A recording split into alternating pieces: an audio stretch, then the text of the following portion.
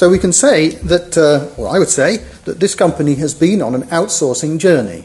They had a business process and outsourced a particular part of it. A problem some companies have is they have difficulty in visualizing the outsourcing journey. And as a result of that, they never get started with it. They never get to grips with problems that could be solved using KPO. Problems of this kind of nature. Maintaining data quality, growing capacity in certain tasks that they need to do more of, getting things done on time, preserving knowledge. Just need to explain that a little bit. One of the benefits of outsourcing is that things get documented. So internally, it may often be the case that the experts, the engineers, understand what they're doing, but it isn't written down and it isn't shared, and then they leave. So one of the benefits of KPO is, at least in the case of the tasks that are being outsourced, the rules and the knowledge and so on are documented and preserved for posterity. So it is not lost by the company even when somebody moves on. I can't forget controlling costs either. This is clearly a business problem that companies want to address. Now, KPO doesn't just operate in oil and gas or any particular sector. It's a sort of universal proposition.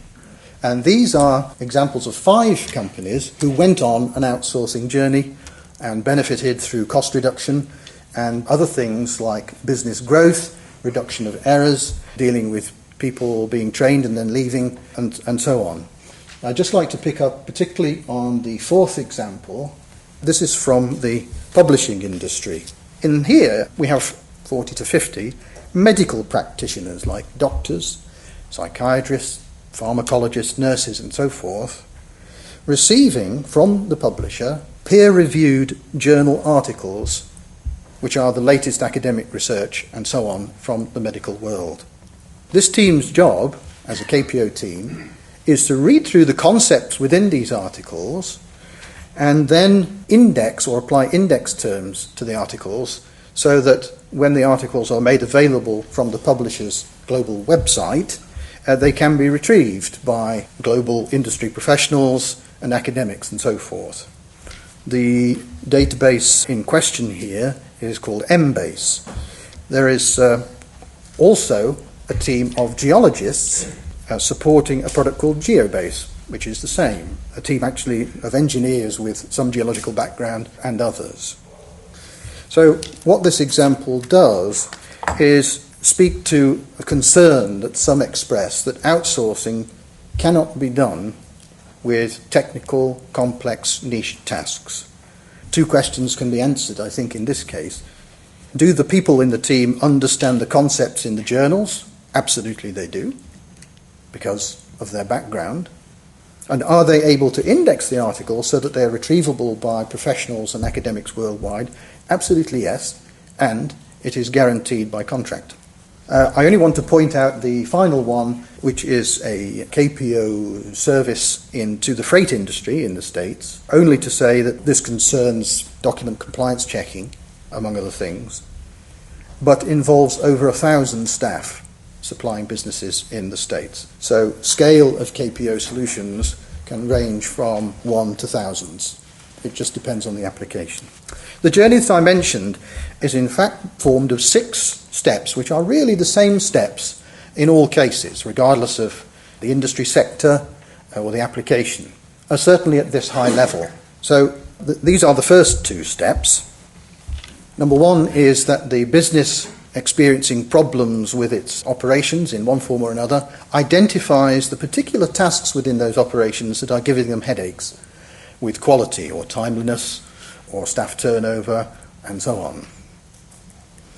And having done that, they then make sure that the tasks involved are documented, and following that there is a process, number 2, of knowledge transfer for this particular task to a KPO vendor. Now, importantly, these are both consultative processes. So the business gets all the support they need in identifying suitable tasks for outsourcing and evaluating those tasks, and also with the documentation process.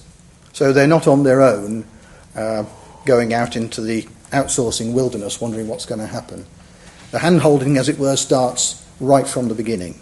The KPO partner, since it is a collaborative partnership, then recruits people of the relevant calibre from their geographical location, trains them based on the documentation and with client support, and sets up the software systems necessary to fulfill the task.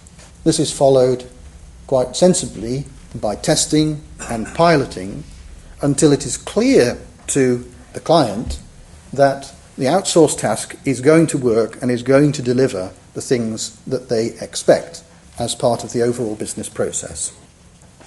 Having proven the concept, the live task runs as a service, a continuous service, under service level agreement, as I've said before.